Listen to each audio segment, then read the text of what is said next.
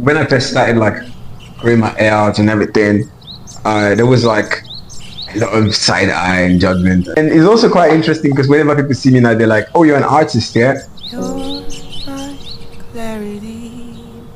24/17. I don't go to places that I'm not wanted. Holding I don't go to places that tightly I don't want to be in. greatest everything.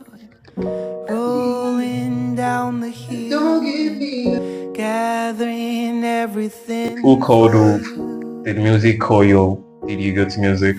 I think music called me because there was a point in my life where I did not give two fucks about music. Like it was, if you gave me the option of, oh, let's make music or let's game on like the phones, I would have not given it a second thought. I mean, so what comes to the question is that I'm going to play on my phone. Fuck. But it happened very randomly. So I like to tell the story because it was like I listened to a lot of music at some point. I liked Rihanna, I liked Chris Brown at some point. Blah blah blah blah blah. But then one time, my other brother Michael, he came over to. Did I come to visit? No, he came back from uni and he was like, oh, he wants me to listen to this artist. They have a song for every emotion. And I'm like, oh yeah, whatever, who? And then he played me Ed Sheeran's album, and that was when my life started.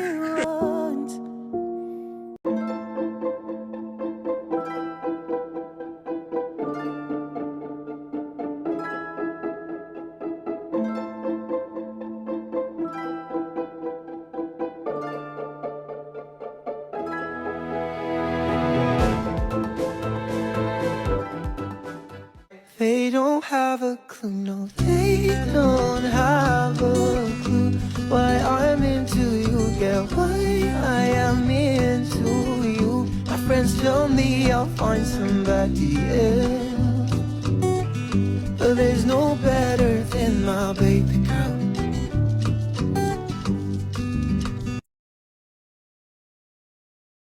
So They Don't Have a Clue was written in 2020. But like this year something happened that kind of like just flipped a switch in my head and I'm like, you know what? I'm going to release this song. And then I went to bed. And then I opened my phone and like people are just like, I'm like, what the fuck? I wake up the next morning, people are making videos with the sound and I'm like, yo, what? Okay. I don't know, but like, let's go. TEGA ETHAN. I just got introduced to his music by a friend. Like, I love good music, I love good sound, and this guy has something special about his music, and it's definitely how he packages his music with his brand. Yeah, they just resonates, like it makes sense.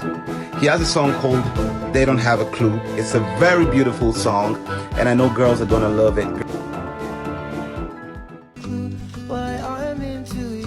They don't have a clue, no, they don't have a clue, no, they don't have a clue, no, they don't have a clue, no, they don't have a clue why I'm into you, yeah, why?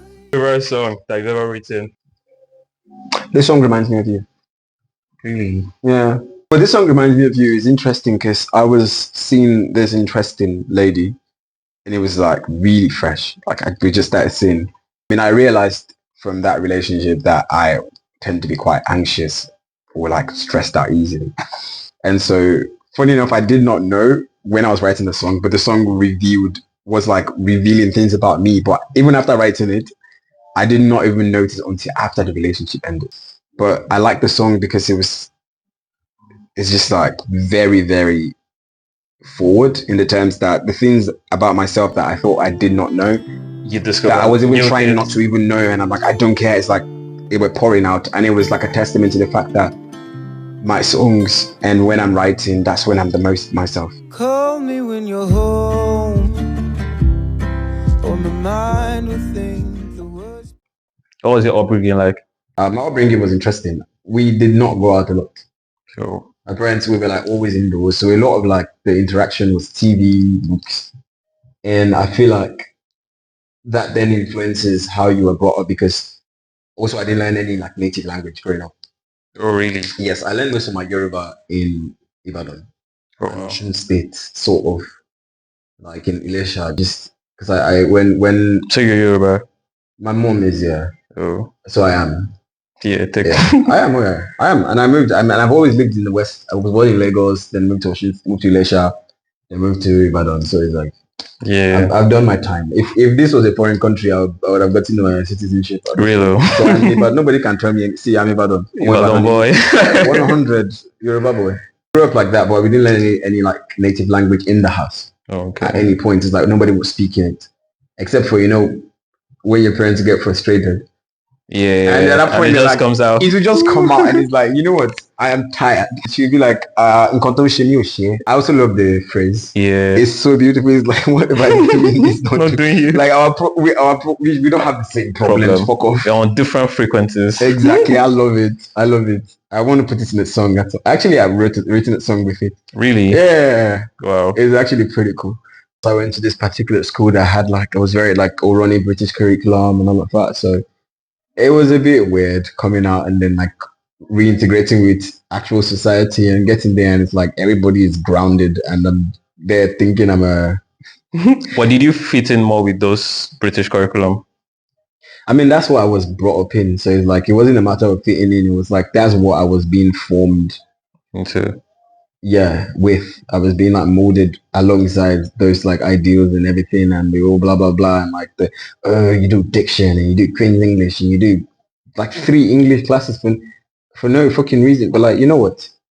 I mean, I respect it, but like problem now is that we moved to Washington State and then went to Elisha, and we get there, and I remember like it was so strange. It was like, first of all, the way I was speaking, because it was like all of the private school thing.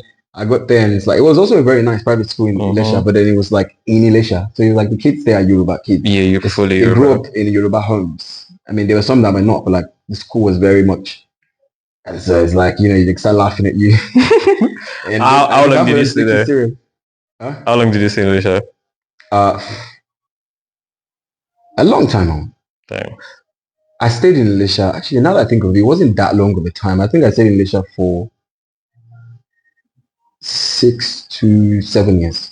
Oh, because wow. I moved there starting junior secondary with my family. The city itself is nice. It's quiet. The Hamatan there is banging. It's really Hamatan, I love Hamatan. And the city is very connected. And there's some parts that really, it's a nice place. Fuego, kill your body like fuego. Fuego, kill your body like fuego. There's the one, there's the two, then there's you in the middle. Where do you get the inspiration for your songs? When I get the inspiration for my songs, man, I get them from relationships that have been most times. So this is the thing, like a lot of times I don't release music about relationships while I'm in the relationship. And it's not like I'm waiting for it to end or something. It's just like, yeah. I think it's just one song I've released while about a person while I was with them. So most times, and that's why a lot of the songs I also write are like they're mostly sad songs. Because sometimes I'm like, no, I don't want to combine work and like relationship and like mix it on. And then when the thing busts, I'm like, I start writing like 1 million songs, and now I've got like a ton of songs about a person. But like, yeah, but relationships do inspire. I feel like I've come to a better understanding of love. It's hard to write love songs, to be honest, genuine love songs. And now I feel like I can. But like in the past, relationships have inspired to a certain degree. Yeah, I mean, Hamatan was a lovely song, to be honest. I don't know if you've heard Hamatan.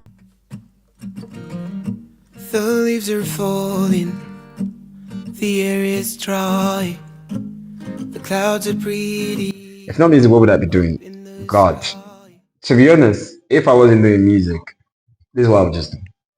I would take my skills and find something that would make me a shit ton of money. Open a cafe. That's like a library cafe place. You really do sound like your music. And bake. And just bake stuff. Whether people buy it, I don't know. To be like, probably have like super cheap pastries in the shop and have like books, and it's like it's just like, that intimate feeling. Yeah, it's just cozy, and life should not be so dramatic and like difficult, we make life difficult sometimes for ourselves. Are you independent? Yes, I am. I've been independent since I started being serious since 2020. I like it to a good degree. I like it because I can literally. There's a song I'm finishing right now. I could release it this evening if I wanted.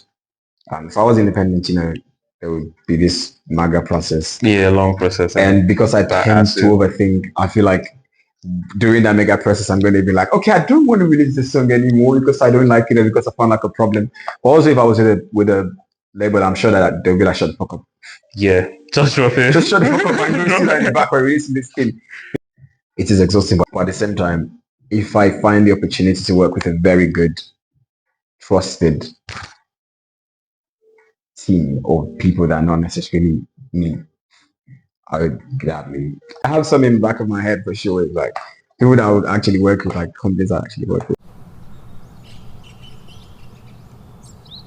Oh, interesting. So let's discuss your worst song. Worst song is hilarious. Because that's not fair to any of the songs. I like all my songs, but I would say if there was a song that I could do without, I don't even perform, it would be Fuego. Girl, your body like fuego. There's the one, there's the two, then there's you in the middle. And I like, but it's a good song. It's actually a good song. I think when I was listening to the EP, it had that different feeling. It was just standing on its own. Yeah, and I like the fact that your Sola is on it with an amazing voice. It is like, that's one of the reasons I even kept the song because your Sola just killed it. It's a pretty sincere song. But to be honest, I feel like if I check out Fuego, I'm going to get like beat up in the streets by people that like Fuego because there was a period when, and maybe this is why I don't like Fuego. There was a period when after I released the project and I go out and I want to play like my little ballads. And then people will be like, play Fuego. And I'm like, no, leave me alone. And it was pissing me off because it's like, Fuego is the one song that is not 100% me per se. Like it is me still. Every song is me, but like it is not like it's not a ballad. It's not a guitar song. It's not. I did write it on a guitar, but then the song itself, it's a pop song. It's dances like, hey, do like you do, right? Too much vibes going on. It's like it's vibe, and then so it's like sometimes I just want to like play my little sad little guitar boy thing, and the people were like, play Fuego, and I was so pissed, and I think that's why I don't like the song. They are just unwell. Modern. So describe your sound over the last 3 years. You mean like the sound itself, like the shift in dynamics and sonic scape from McCarthy Street to Funny Looks of Lagos Traffic? It's simple. McCarthy Street was written by me, but produced by J-Trix, Building the Sage, and Sebastian.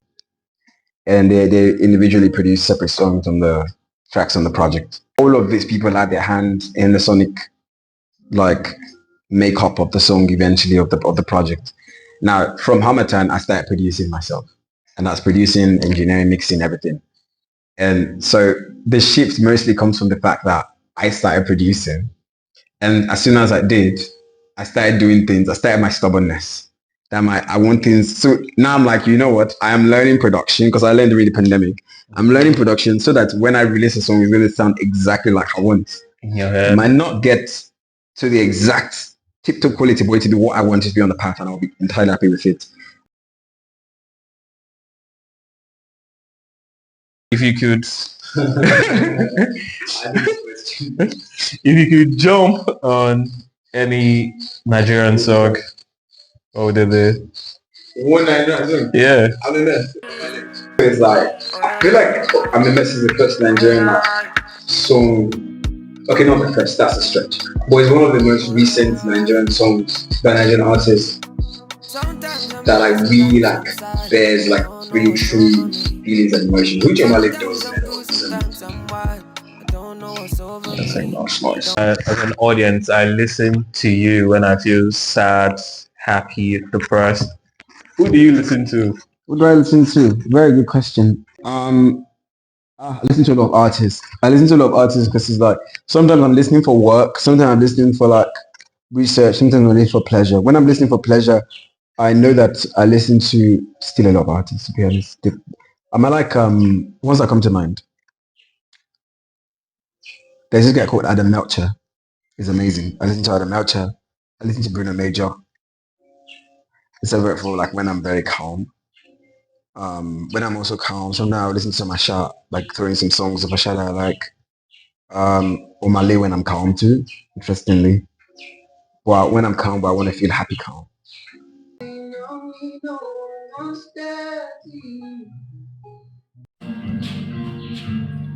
So, ever since I got like this Turkish tea, and I go like Istanbul airport, like a big jar of it. My beer consumption has gone down to like 10% of what it used to be. Wow. And I've been drinking even wine. I'm drinking like way less wine. I just drink fucking tea in the middle of the afternoon now. And like it's burning. I'm like, I'm going to bed. I'm like, oh, what's perfect? So before I go to bed, glug glug glug. Tea. It's crazy. Well, I like it because, and also I cannot say that for sure that's what is making me happy, but like I've been happy. So yeah, what's that one genre of music that if you told people that you actually love, that they would be surprised? I mean, I feel like people are like quite surprised to find out that I'm a fan of electronic music, like Just hit me one. like proper like EDM techno style. Yeah, I think people are quite amazed. How's the weather down in Lagos? Been a minute since I showed up tonight. Mr. So, from a recent interview, you said if you could switch lives with an artist, it'd be Post Malone. Why? Malone, because I think Post Malone is free. I mean, he's probably got his own like demons he's dealing with. Definitely, everybody does. Probably has more to be honest. But like, I feel like he didn't lose his wonder. If that makes sense. Like there is the inner child in him that's like he's allowing to exist and breathe, and I really like respect that in him, because when you see him performing, when you see him like in interviews, when you see him just like on random videos, he seems to be living, and that's something I want to do to kind of just make effort to do it. I want to do that until the point where I don't even have to make any effort, and just my like normal state of just being where I don't care what anybody says, and I let like me be me, every part of me be exactly what they want to be at the same time. Like, that's why I like the Post Malone. That's why I like Post Malone.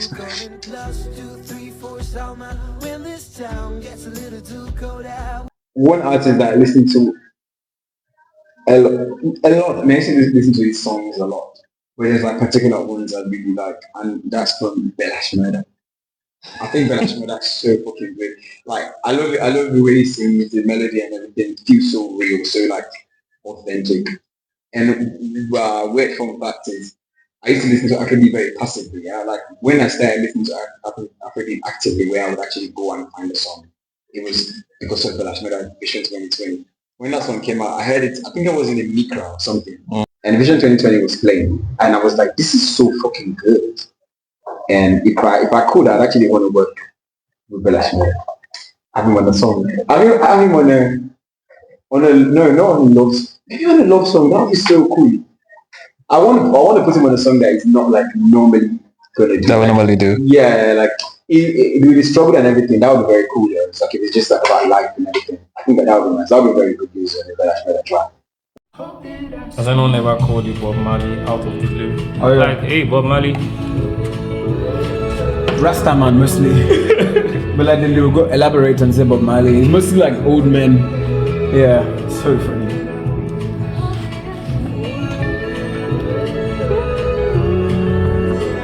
Gets little too cold, I'll be right here with you.